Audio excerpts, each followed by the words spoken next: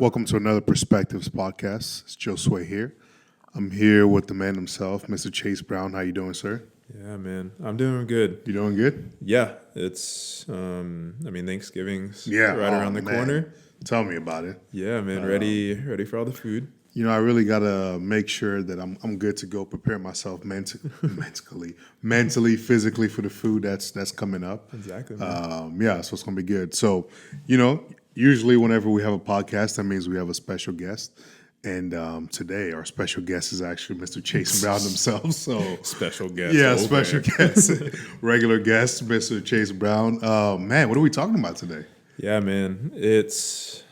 I'm really excited to be able to record this and be able to talk with you about it, because I know you and I have talked about the trip a good amount ever since coming back. And so, yeah, really what we're going to cover today is a trip that I went on out to the Swiss Alps, a mission trip out to the Swiss Alps that I went on back in we were out there a couple months ago, right? Yeah, it was a couple months ago, like August, and we were out there for 17 days. So it was a good length of time out there, which was good. Yeah.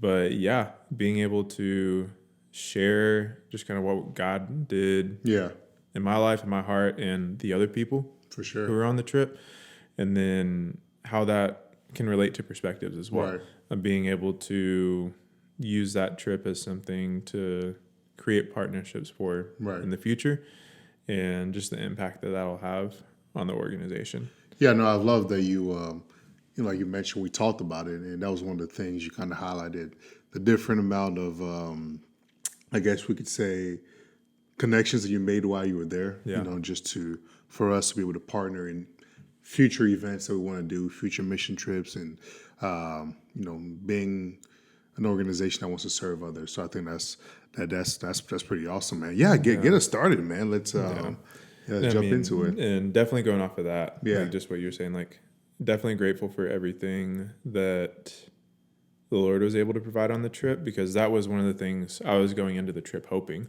was to create connections over there, to be able to find people to serve with over in Europe specifically, because a lot of our connections that we've had, like over in Asia, down in Central South America, and in Africa, but not really none over in Europe. Right. And so being able to go over there with that hope and come back now with all these connections is so cool. But yeah, man, kind of getting into it, one of the things that I definitely wanted to be upfront about with everyone, and kind of like you and I talked about before the podcast, is the fact that it's the middle of November. Yeah. Right before Thanksgiving. It really is. And we're just now recording this. Right. And the trip was middle of July to middle of August. A couple of days ago. Yeah. Yeah. And so it wasn't because our schedules were crazy busy. Yeah. I mean, they're busy. Yeah. But not where we weren't able to record it because of scheduling. For sure. And one of the things I just wanted to be vulnerable and honest about is because I was honestly afraid and kind of just fearful of really coming in and talking about the experience. And that was really because I had a pretty tough season of life, like coming back from the trip over the last few months. And something it was just a very overwhelming season, a lot going on. And I wasn't healthy in a lot of things coming back from the trip, whether that was like personal time with the Father, whether that was allocation of time, being disciplined, all of that. And I just wasn't good at being obedient in this season. And I really just overwhelmed myself and took too much on. And because of that, I wasn't able to really reflect on the trip. Right. I wasn't able to really understand everything that God did in my heart on the trip. And from there, be able to apply it back to everyday life. Yeah. And one of the things, it's funny, I was talking with a friend, Kristen, about it last night. Because one of the things that I struggle with is I don't want to forget anything. And so often, like with my journaling and everything like that, if there's something that I haven't been able to get to think through Right. and figure out and write down, I'm afraid of taking in new content because I'm afraid that I'll forget what I haven't written down. And so that lie was really playing into a lot of my engagement with different areas of life Right. over the last few months. And it's something that what she encouraged me with last night was, well, here's the thing, like the Holy Spirit will be able to give you the memory to remember whatever you need to be obedient in the moment and to be able to minister to people in the moment. And it's something where God would bring up, if there's something that you had forgot, he's going to bring up something in your life to remind you of that lesson that he taught you, whether it was on the trip, anything like that. And us being able to trust the Father, that he will equip us to do ministry, like it says in Ephesians 4, if I remember right, and being able to pursue obedience is something that we just have to trust him with, Right. and not be afraid about forgetting all these things. Yeah. No, I mean, that's definitely a common thing. I've had moments where things just came to me on the spot, and I hadn't even thought about it for months or however long it's been. It's just a testimony or a story just comes to you on the spot, like you said. It really just emphasizes what she told you about Holy Spirit bringing things up, to your memory. Yeah. Exactly. And so, and I mean, kind of whenever the Lord was really able to turn the page on that was a couple weekends ago, whenever I was able to go out to Atlanta and Nashville with Hunter and Callie and Kirby, that was a fun trip. Shout out all them. They're the best. Yeah. And because those three were on the trip. Kirby was on our Gateway group that went out there. Right. And Hunter and Callie, we met out in Germany and Switzerland. And so being able to be back with them, I think the Lord was really able to use that time with them to remind me of a lot of things on the trip and allow me to really finish that reflection process, kind of do a one last gathering of a lot of the lessons and takeaways from the trip. And then from there, hopefully just really move on to this next season that he's prepared for, I mean, not just for me, but for perspectives and just everyone in my life. Yeah. And so I hope that this podcast and this conversation can kind of be that final piece to this puzzle of this trip. Right. And being able to then really fully live in everything that he did on the trip. I will say I saw, I was keeping up with it on Instagram because I obviously didn't go, but I mean, that looked fun. I was like, man, they're having a good time. Here I am at work, just working and not having a good time like that. But that's awesome. Like kind of having everything come together. Yeah. Like you mentioned, kind of that final piece of the puzzle, I guess you could say. But yeah, so how did the opportunity for the trip come up? And I guess, what was your mindset, in regards to all that? Yeah, man, it was really cool. So the trip, it was hosted by Gateway Church, and we were partnering with an organization called Jesus Revolution over in Europe, which I'll talk about here in a little bit. And so it was really cool because after going through kind of the application process and everything, Gateway was actually willing to partner with us for perspectives on this trip, so we could help them out kind of with the trip experience and some things that we'll get into here in a little bit. But the trip leaders originally was Ruth Beeman. Yeah. Yes, Ruth is the Shout goat. out to Ruth. Amazing. Yeah. And then as well, Brad Gam. Ooh, the legend. The dude. Yeah. And so pretty much how it came up was back last year, 2018, Brad was leading a trip out to Tijuana, and he was like, hey man, you want to come on the trip? We need some more dudes. We'd love for you to come out. And prayed about it, and I just let him know, man, I don't think it's in the budget this year. I don't have that time off from work and everything like that. But in praying about it, one of the things that God was telling me was, next time he's leading a trip, go on it, because there's going to be something for you there. And so I told Brad that. I was like, but I'm being serious with this. I'm not just being a cliche. I'm Yeah, just like like, people usually oh, do. follow up. Yeah. I was Yeah. like, legit, let me know when you're leading a trip next. And because I think I'm supposed to be on that. And he's like, bet, dude. And so from there, he had got back from Mexico, and it was October or November whenever we were at Torchy's for a meeting. Right. And actually talking about this podcast, thinking Yeah, about it. actually. Yeah. Wow. And he was there, and we caught up, talked about the Mexico trip, and he was like, oh yeah, you remember what you said about, letting you know the next time I'm leading a trip? I was like, yeah, what's up?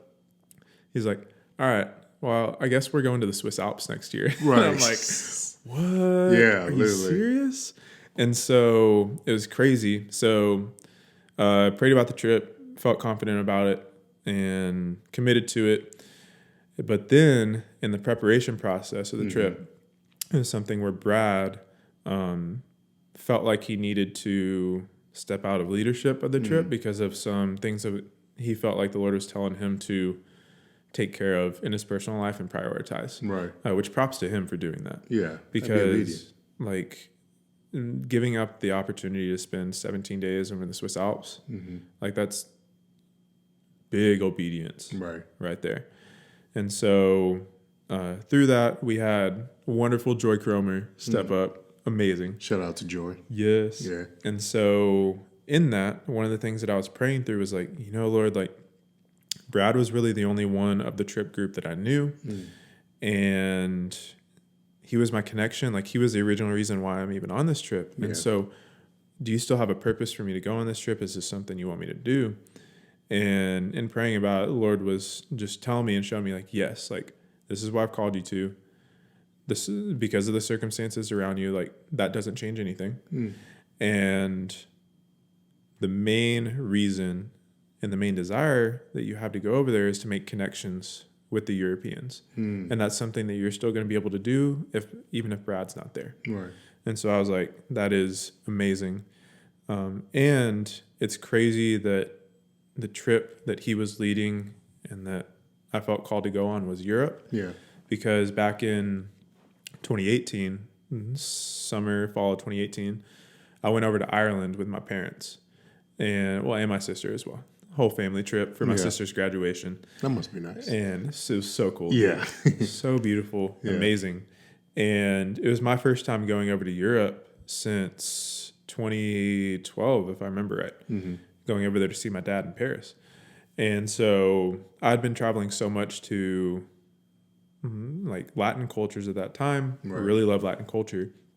But one of the things that Ireland trip really brought up in me again is my love and appreciation for European cultures. And it's crazy how the heart that the Father developed in me on that trip and kind of that interest in European cultures came full circle on that trip, because the day that we were leaving to go home from the Alps was the first day that we were in Ireland the year before. And it was just amazing. Like it was crazy how God that's really crazy. put all that together. And then as well, one of the really cool things and kind of going towards the mindset of going into it that you talked about was this trip was mainly an evangelism outreach based trip. And almost all of the mission trips that I'd been involved in, except for down to Peru, were construction related, sustainability related, with a side of either work with the children, because you got to do it for the kids. Yeah, you got to do it for the kids. And outreach and some of that on the side. And even Peru had a little bit of construction and things like that on it as well. And so for me, going into it, I had this internal battle of, going on this trip with it being mostly evangelism outreach. Like, is this worth it? Yeah. Are we going to have an impact there? And the Lord really gave me an openness, I should say, built in me an openness to ministering in that way. See, that's actually pretty funny that you mentioned that, because usually in the past, whenever I thought about missions and things like that, to me, what comes to my mind is evangelism. And outreach in that aspect. But kind of like what you were mentioning, most of the trips you went on were construction and different things like that. So I've had that mindset where I'm like, does that make an impact? Yeah. You know, so whereas you kind of looked at it the other way as, does that make an impact? So I think that's really interesting. But yeah, that was just that was a thought. Exactly. And so it was really cool to see everything that the Lord was able to do in me and just expanding that perspective on how to serve people on the trip. And then as well, being able to really take advantage, I guess, I'll just say it this way because it's the best way I can think of it. Really take advantage of what the ministry partner does well.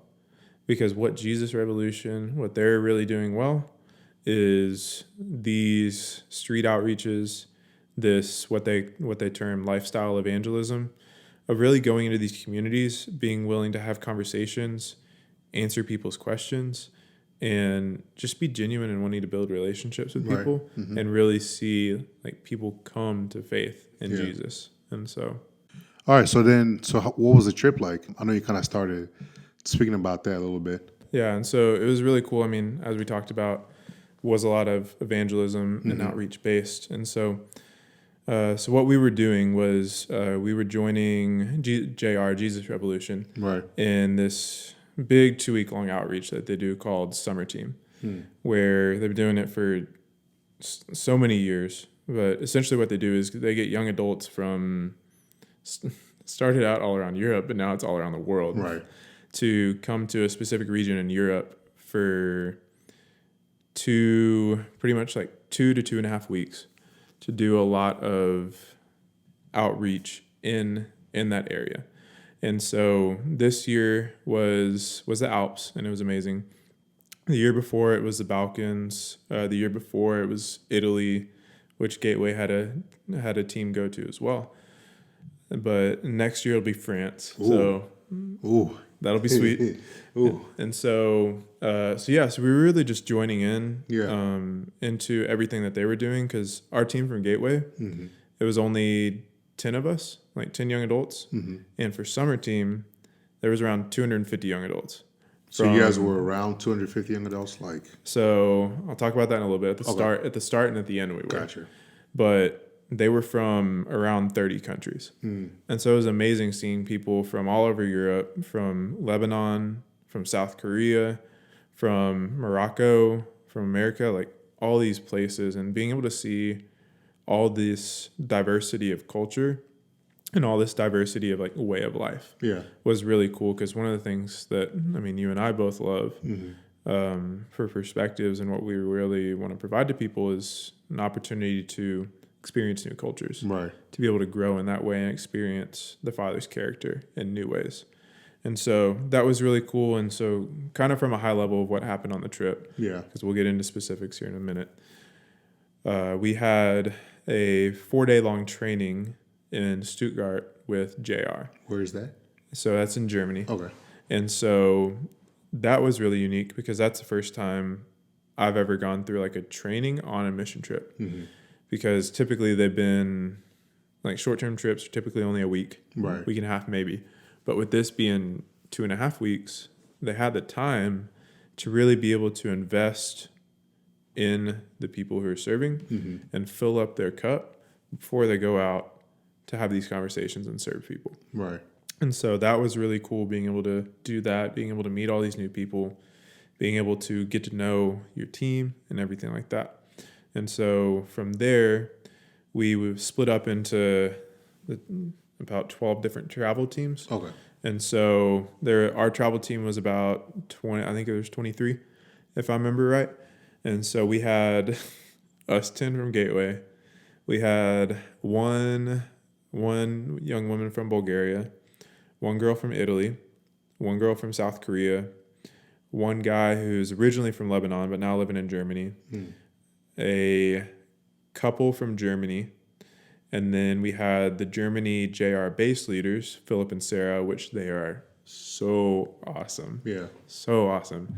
And then we had a lot of the Norwegian JR like headquarters missionaries, because JR is based out of Norway. Okay.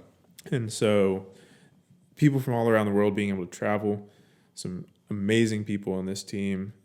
Because then from there, we all went on different travel routes. For ours, we went to Davos, Switzerland for 4 days. Most elevated city in all of Europe. Absolutely just so beautiful in the heart of the Alps. From there, we went to Bregenz, Austria, which is a small, relatively smaller mid-sized city that sits on the lake, the Bodensee, if I'm right, that borders Austria, Germany, and Switzerland. And then from there, we all, 250 of us, met back in Innsbruck for a pretty much like last kind of 2-3 day, you can think of it as like a conference, concert, everything like that. And so it was really, really cool being able to go to all those different places and being able to go on a trip like that. Right. It was really cool. I mean, it's it's actually funny because I knew a couple people that were on the trip with you, so like maybe 2 or 3, and with today, everyone has Instagram, Facebook, or Snapchat, whatever.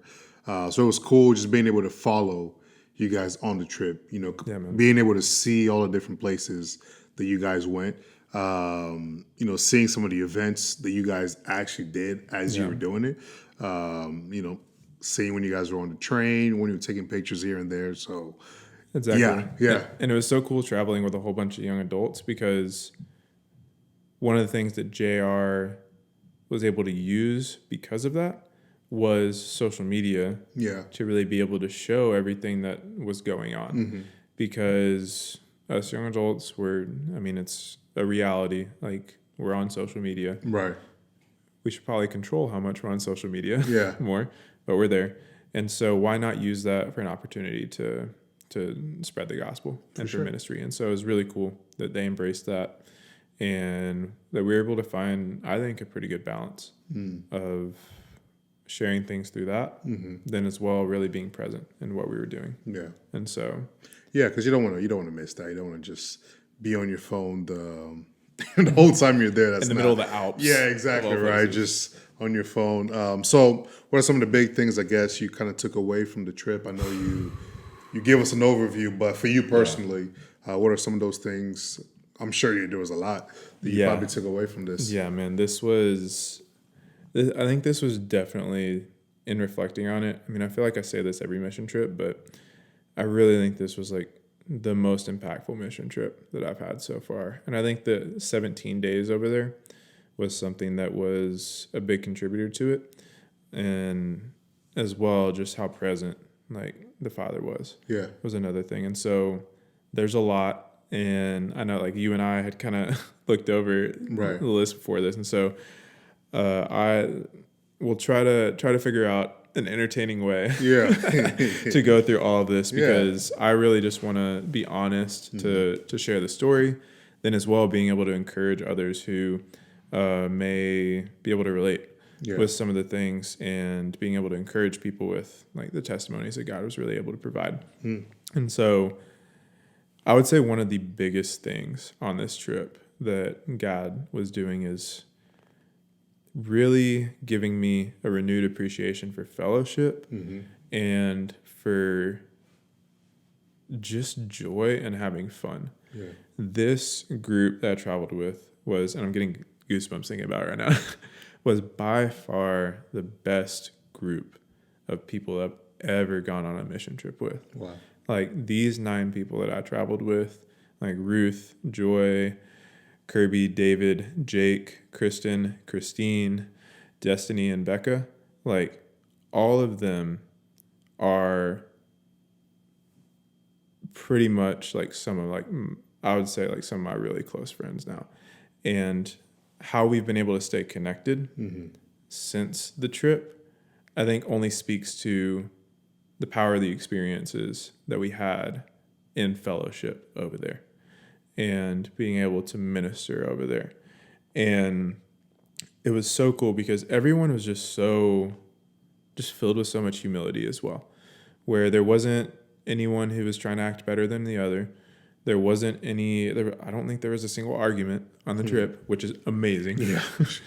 Yeah, it's amazing. And everyone just brought out, I really think, the best in each other, to where, like, for example, for me, like, I tend to take things a little bit too seriously, being a young adult now, and I think some of that started in college with like playing sports and wanting to get good grades and like wanting to stay focused on the Lord and like all of that. Yeah. To where a lot of like the joy and the fun and this relaxed nature that I had back in high school has almost, I don't know where it's gone over the past few years.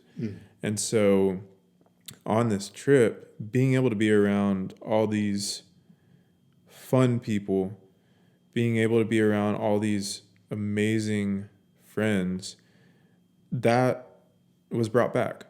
That joy, that peace. And I think one of the things that represents is just a trust in the Father. Right. Because if we don't trust him and we're so concerned with everything, then that shows of like a lack of trusting him. Exactly. Because if we did, we wouldn't be worried about all those things. Yeah. And I think one of the ways that the Lord builds our trust in him is through being able to have good relationships with our brothers and sisters in Christ. Yeah, you have to. And so, like, it was just amazing because, like, we were all just able to be really goofy Yeah. and silly and jokeful. Like, me trying to say any word in German is a scene. Yeah, no, yeah, I wouldn't even try. Exactly. Yeah. And just being able to just have fun the whole trip was amazing. And as well, one of the things I think that showed me and brought back in me, which kind of goes to a previous point, is this bringing back of being a child of God. Yeah. And I think having me embrace the Father's desire for us to really just be his child, and to really live in the freedom of what that means, of him being able to provide, of us being able to trust him being able to provide guidance, and from there, literally just doing what he says and obeying and knowing that he knows what's good. And so it was just amazing. And then, I mean, on top of like our team, for our Gateway team, like those 9 people, the people that we met with, not just with JR, but with the Atlanta group that was out there, with the Italian group, with the Germans, just everyone who's around, they were so amazing. And it was crazy because one of the things that was happening before the trip was Ruth, one of our trip leaders, said every single time that we met before our trip which I think was like 8 or 9 times, I'm so excited for y'all to meet these people with Jesus Revolution. Because she's been before, right? Yeah. Okay. Because she went over there, if I remember right, her and Kirby were the 2 from this group that went over there previously, and they worked with JR in Italy back in 2017. Okay. If I remember. I remember seeing that on her social media. Yeah. Exactly. Yeah. And then she as well went back over to Germany to see some of them last year. Okay. And so she's really close with them. And we continue to say, like, I cannot wait for y'all to meet these people. These are the most loving people in the world. Like, I love them so much. And was really hyping them up. Yeah. And so all of us were just kind of sitting here like, yeah, it better happen. they better be the most amazing people Right. ever. And they lived up to it. Like, the genuineness and joy that they had in their faith, the love that they had for people, and just the uniquenesses of all their personalities was amazing. Because there's one guy, GV, freaking GV. He is the goofiest guy in the world. He's got red hair, big beard, long red, like middle longish red hair, glasses, and he was one of the tech guys for soundboard. And he's just one of the funniest dudes Yeah. you'll ever meet. Yeah. And so he has the uniquenesses of his personality. And then there's Sebastian, who's one of the like main leaders within JR. And it was funny to see him because at the start of the trip, he was trying to be all responsible and serious and whatnot. And by the end of the trip, like he was just another one of us where like he still was fulfilling his responsibilities and encouraging us as a leader. But then as well, like he was just being goofy as well, which shout out to Sebastian's diving technique. Shout out to him. Which Josue does not know what I'm talking Yeah, about. no right now. idea. But I'm going along with it. But for all y'all on the trip, it's hilarious. And then for those of y'all who weren't on the trip, go check out Sebastian's Instagram because he owned it. And he was like, yeah, I am the worst diver in the world. Yeah, I think I saw that video. Yeah. Yeah. Okay. Just go to Sebastian Mellon, Mehlen, and you'll be able to see him in all of his glory there. Yeah. It was an interesting video for sure. Very interesting. And then, I mean, we had, I mean, Philip and Sarah, the German-based leaders, were amazing. And just everyone was so unique, and being able to just live in the freedom of the personality that God gave them and fully embrace that. And if that wasn't the case, like I don't think our group would have been what it was if everyone just wouldn't have been themselves. And another thing about JR and their leaders is they were some of the most mature for their age people I think I've ever met in my life. And so the majority of the JR missionaries are anywhere from 19 to 24. And for our Gateway group, we had one girl, Becca, who was 19, who turned 19 on the trip, turned 18 on the trip, which is pretty cool. But then all the rest of us were anywhere from 22 to 28. And so we were some of the older people on the trip outside of like upper level JR leadership, like Stefan and Paul. And so with that, one of the things that we were thinking at the start of the trip was, I wonder like what this dynamic is going to be like, because it's going to be a whole bunch of like younger people relative to us. Like, are we still going to enjoy them? And their maturity level matched us, like if not even exceeded us. And one of the things that I really want to like credit to that is the JR program, where the program that all these missionaries that they have, which is I think around 20 to 30. The program that they go through really focuses on pushing them outside of their comfort zone and living in full dependence on the Holy Spirit. And with that was something that, in seeing the Father be faithful time and time again, they're able to grow in the joy of being able to witness everything that God's doing. And I mean, there's a verse, I can't remember what book it's in, but in the presence of God, there's a fullness of joy. At His right hand, there are pleasures forevermore. And I don't think there was people that I've seen that have resembled that more as a group than JR. All the people there are absolutely amazing. Yeah. And so grateful to be able to minister with them and partner with them.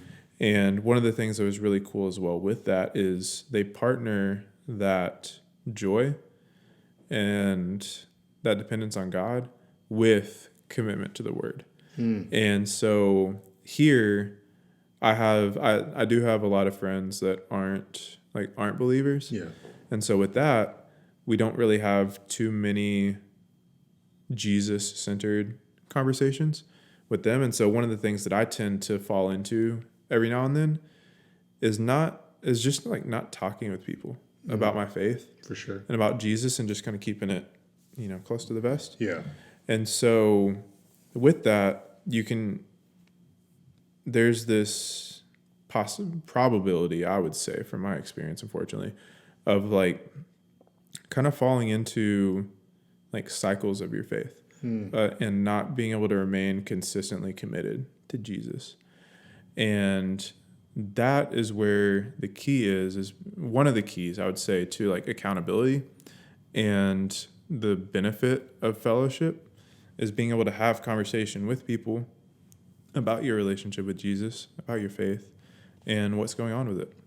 And so it's so cool to be able to have that consistently and to remind myself on the trip and since I need to consistently have these conversations Right. and be open with people about it. Yeah, I think that's pretty cool. Kind of like you mentioned, being able to give us an overview. Yeah. But me, I love stories. So, are there any True any that. specific stories or just things that really stood out to you during these 17 days that God really confirmed for you? Yeah, man.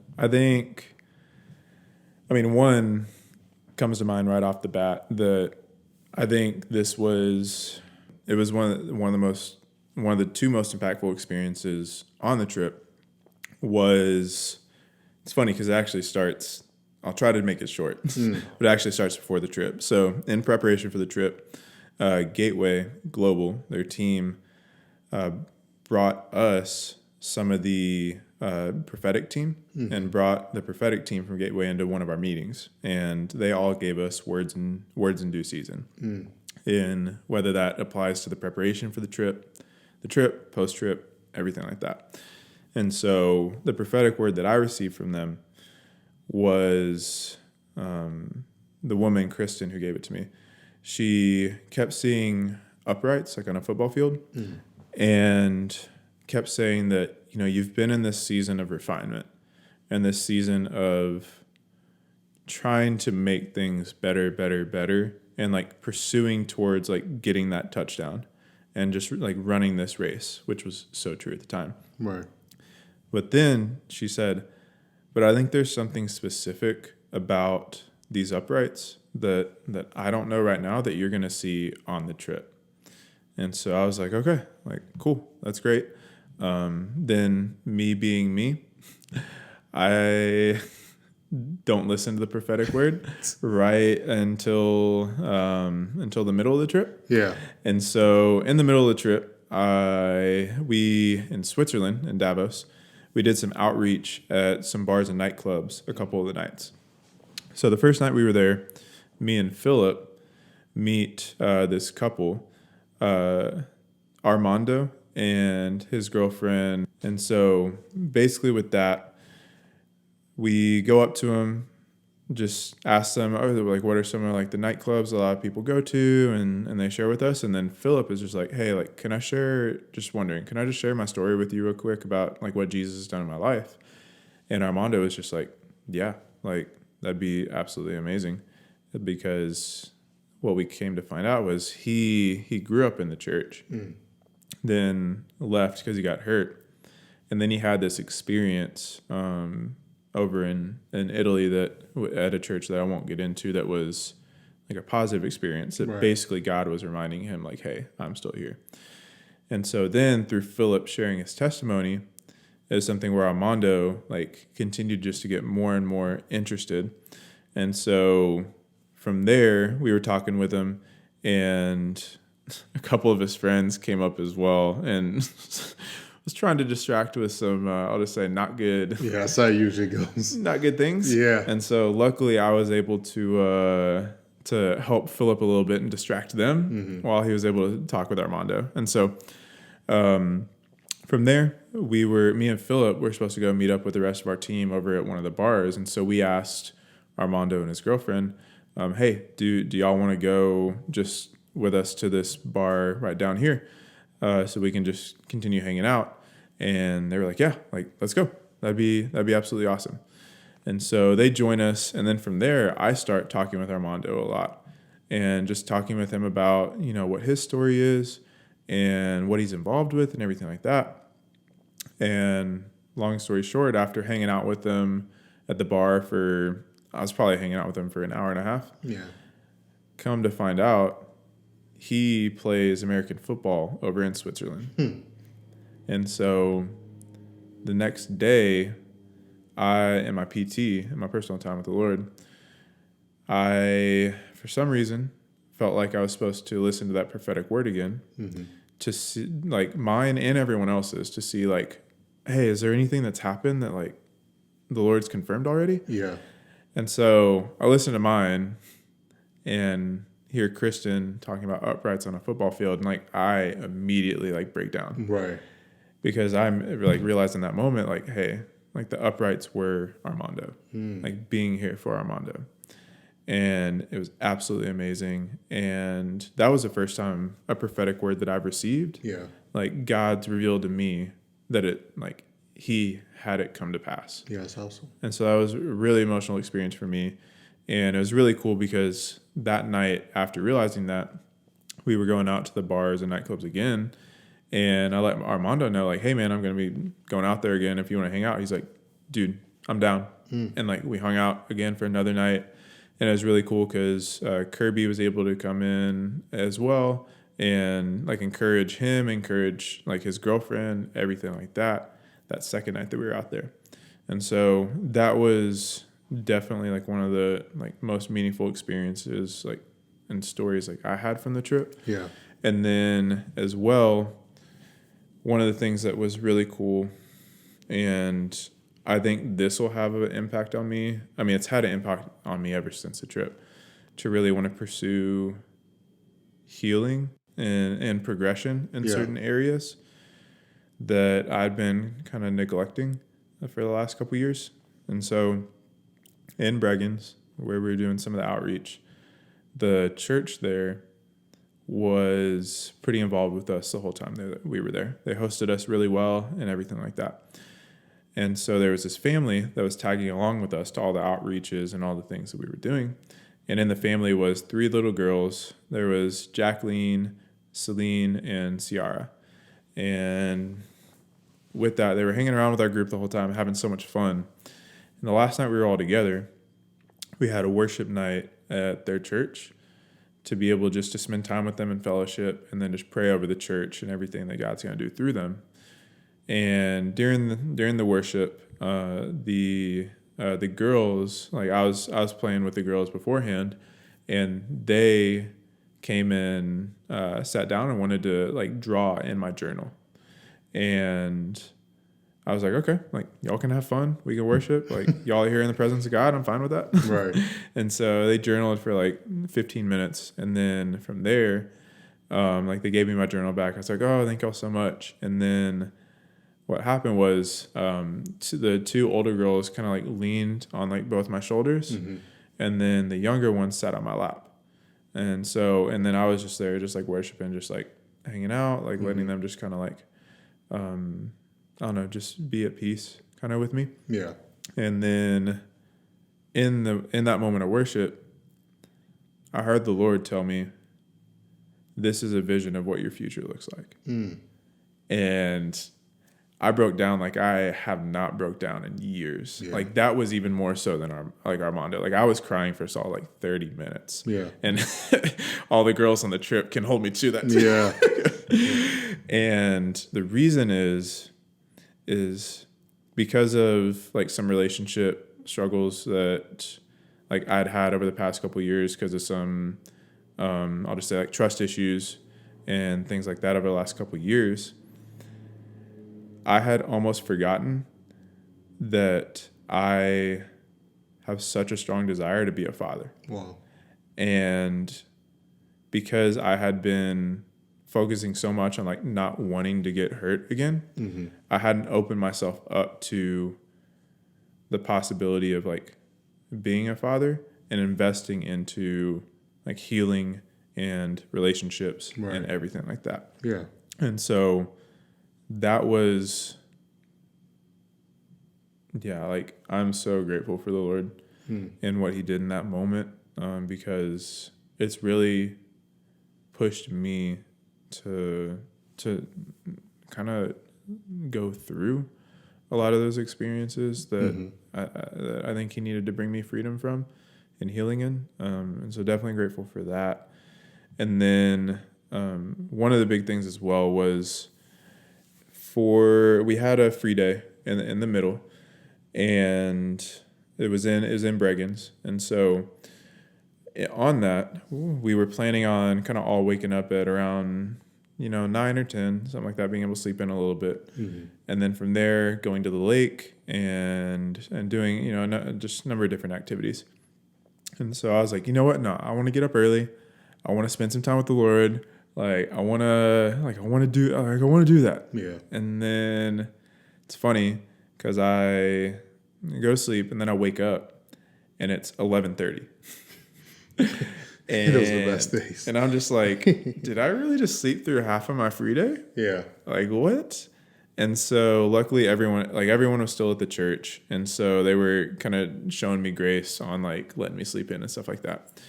And so when I wake up, I go outside. I sit on the steps of the church that we were sleeping in at the time, which, tangent, we were sleeping in like a World War II bunker. Okay. Underneath a church in the middle of Switzerland. Like, what? Yeah. Like, us dudes, we were just sleeping in there. We're like, are we really doing this right now? Like, is this real life? But going back, go to the steps of the church, and I sit there, and like, even without like me kind of asking, like, Lord, like, why did you have me sleep this long? He had me realize, you needed this rest.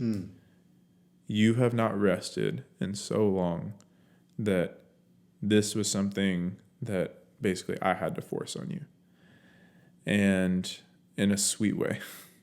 And so it was amazing because I thought back and it had probably been, if I'm being 100%, it had probably been 6 or 7 months since I'd slept in past like 7:30 or 8.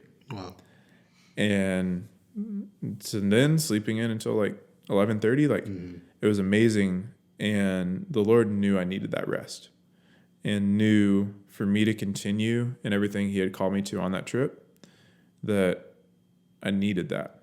And I needed to be restored in everything like he was doing, like not just in my heart, but like physically as well. Yeah. Because we were doing a lot. And so then it was cool because later in that free day, we were all at the lake just hanging out. And so and this is where the notorious Sebastian diving incident goes down. And all just diving into the lake, just hanging out. And me and Jake Moore, the legend, afterwards, we're walking back to kind of where we had put all our stuff and our towels and everything. And I just kind of look around at the lake because it was kind of like sunset at that time, and just look around. I'm like, man, dude, like, this is amazing that God had us planned to be here in this moment since the start.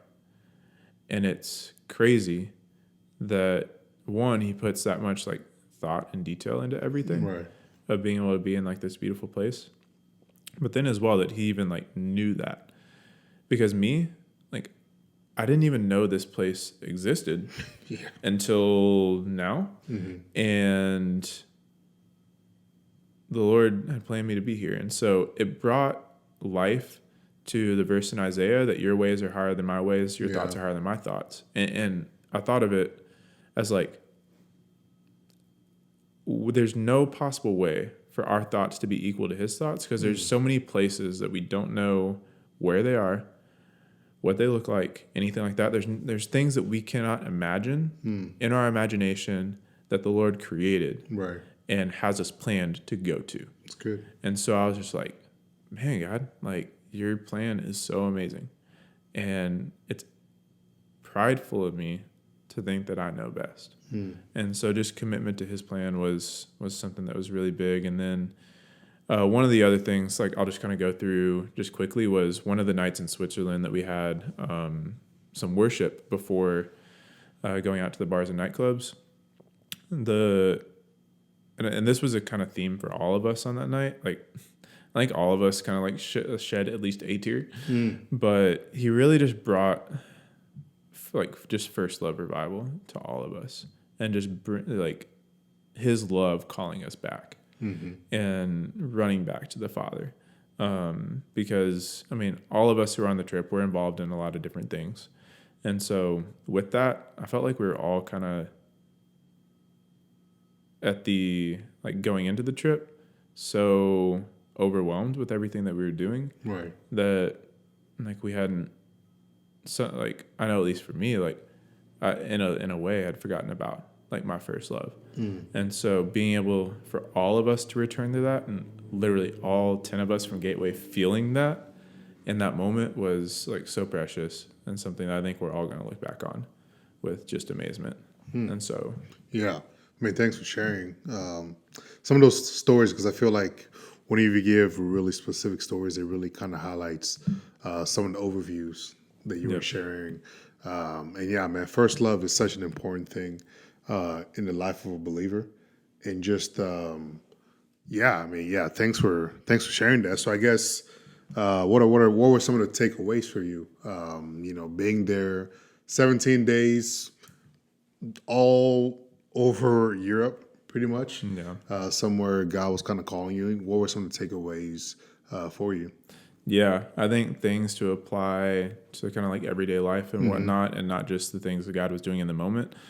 I think I just kind of reiterating like the fatherhood part is a big one, because that's something that obviously me being a father wasn't going to happen during the trip. Yeah, that would have been bad. right. So definitely That's funny. something I took home with me, and Yeah. is a process that God's walking me through. And then one of the things that the Lord showed me on the trip that was really cool was, for the trip, it being mainly evangelism outreach based. That was so cool to be able to do that. But then, as well, something the Lord revealed to me in Scripture is the pairing of evangelism and discipleship. And so, in Mark, in the Great Commission, it says, "Go into the nations and preach the gospel," something like that. Whereas in Matthew, it says, "Go and make disciples." Right. Because we can't make disciples just by telling them once the gospel. It's a process. Yeah, that's good. And so it's so cool that like the Father in his like uniqueness Right. was able to word that in such a way to show the necessity of both. Right. And so for that, because we've thought of that, like that's something that we had discussed previously.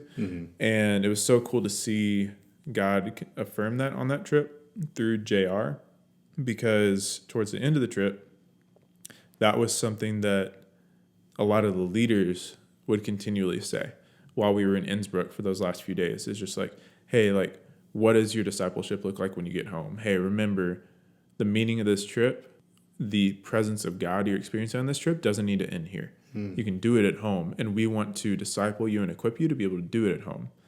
And so being able to see a ministry, be intentional about that, really was amazing to see them live that out biblically and be able to live out something that I read on the trip and that I saw and that affirmed a previous thought that I had.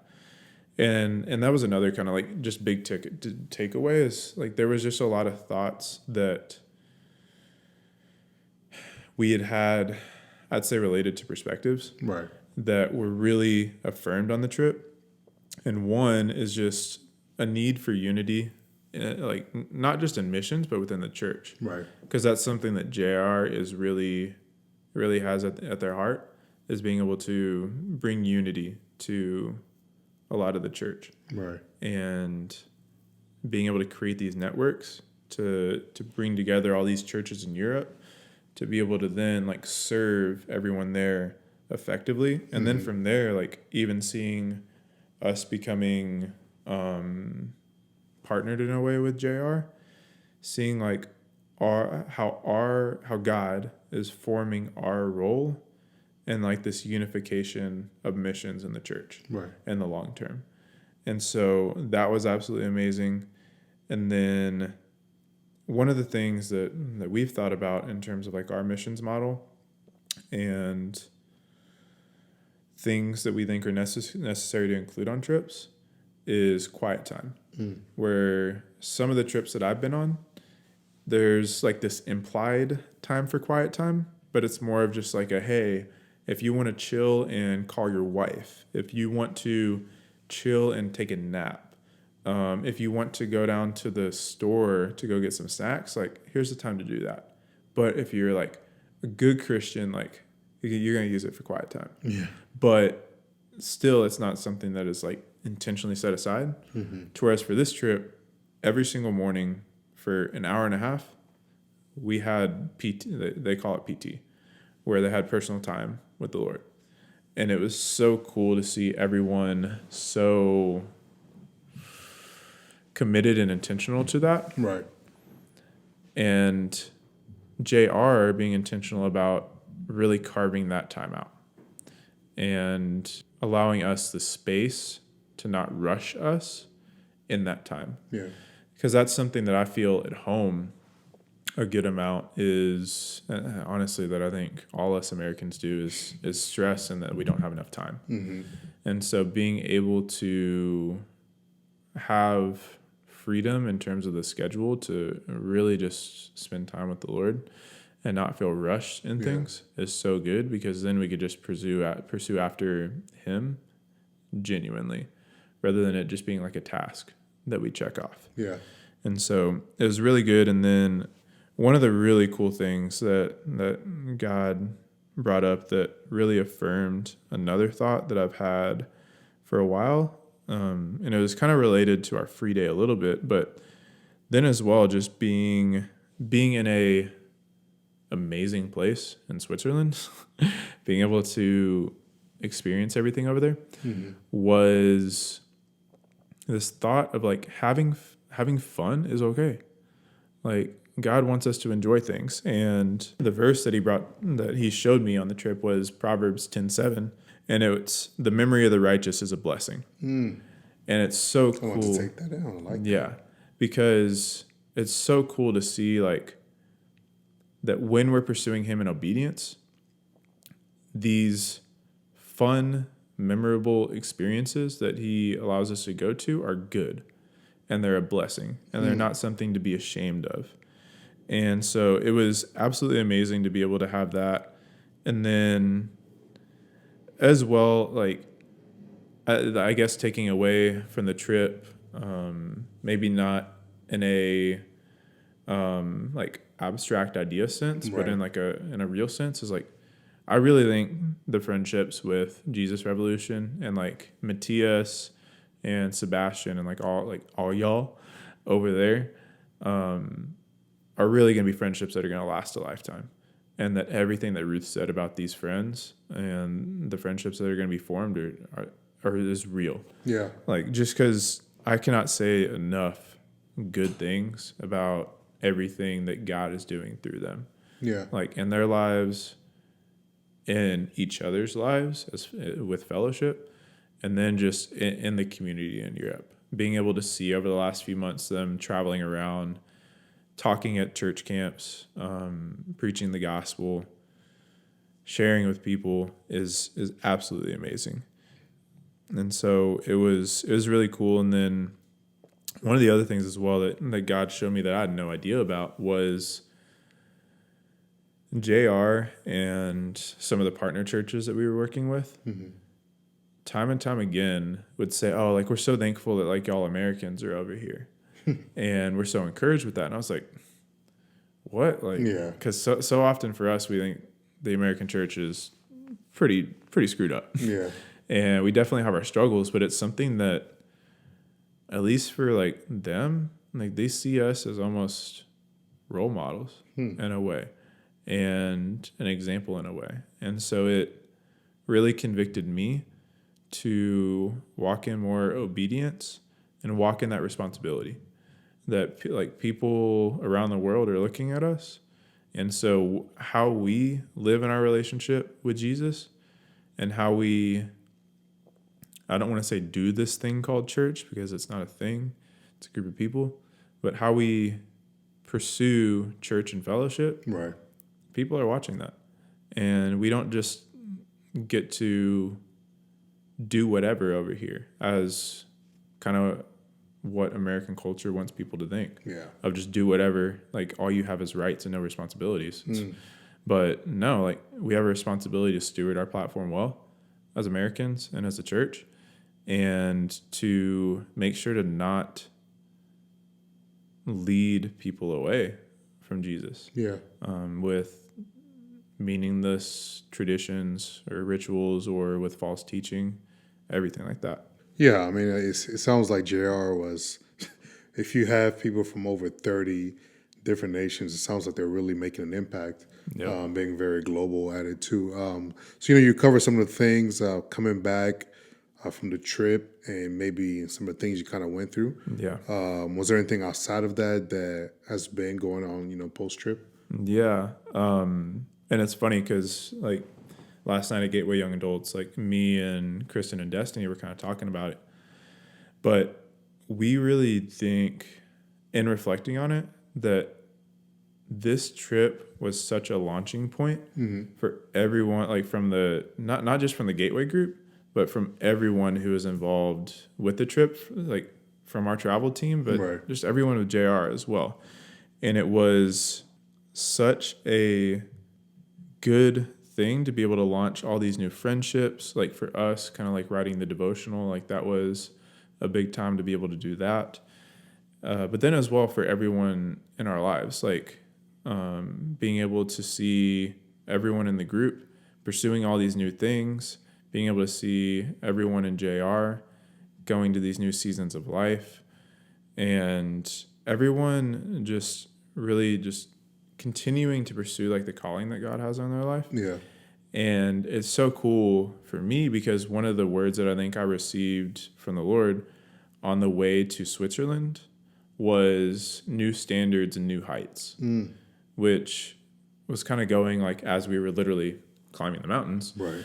But from like a abstract like idea and faith sense, new standards and new heights.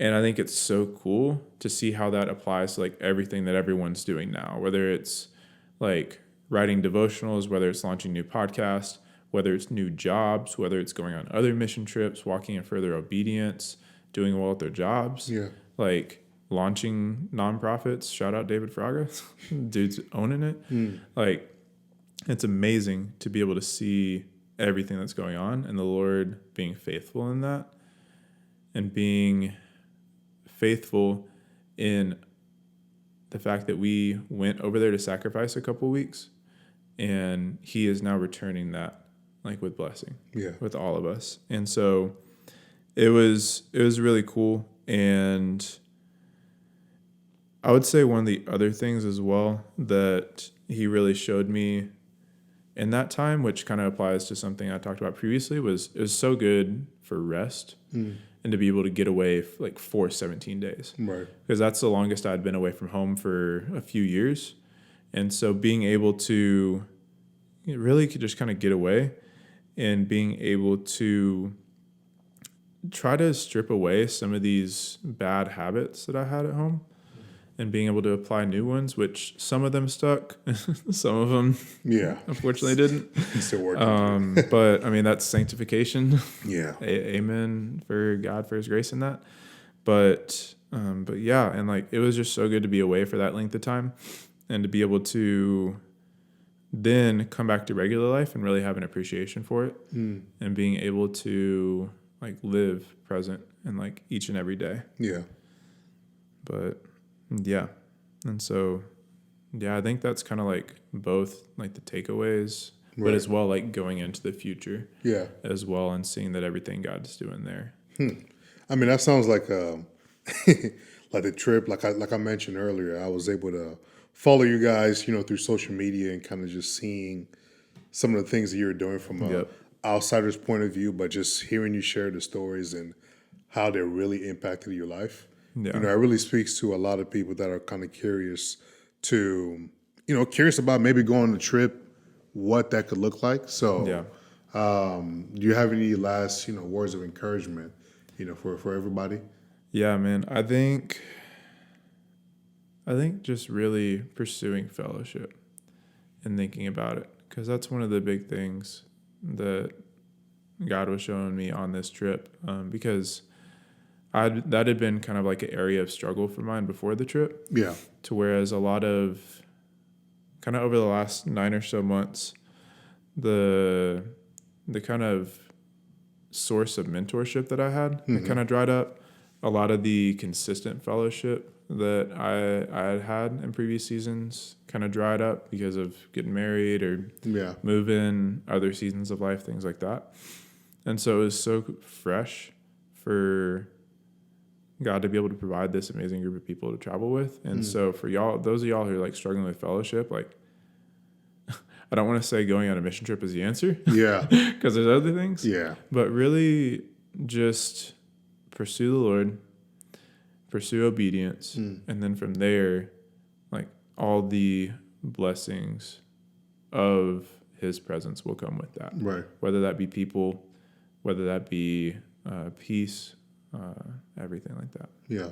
And kind of just from what I really heard from you, what I felt like you were trying to say. Maybe it's not what you're saying, but even from when we began, being able to put yourself around people of like mind, really encourage you in your faith, and really provide a lot in your life, because you mentioned those are friendships that you continue to maintain today, and how those people have really become close friends, and you guys are able to encourage each other still, speaking to one another's lives, and I feel like that's been a common theme that I've kind of heard from you, the whole time you shared. It's been about fellowship, community, the Lord working in all that in the body. So yeah, that's awesome, man. That's so good, dude. It's awesome. And thank you so much just for all the encouragement, like in just like the reflection process from the trip, and bearing with me through it all. Yeah, no, that was good, man. Because I feel like I've been talking about this trip for almost too long. Yeah. Now that we're in November. Yeah. But yeah, man, God just did so many great things. And yeah, man, thanks for sitting down. Yeah, for sure, man. Thanks for asking me about it. But so, and we just want to thank y'all for listening as well. Thank you guys. So that'll really be it for today. Definitely feel free to leave a comment or leave a 5-star rating if you think that is the case. And leave a review. We'd love to hear your thoughts. And then feel free to reach out to us on our social media links below. Follow Butterman on that Instagram. The Butterman himself. Yeah. So awesome. Well, thank y'all so much for tuning in. We love y'all and have a great day.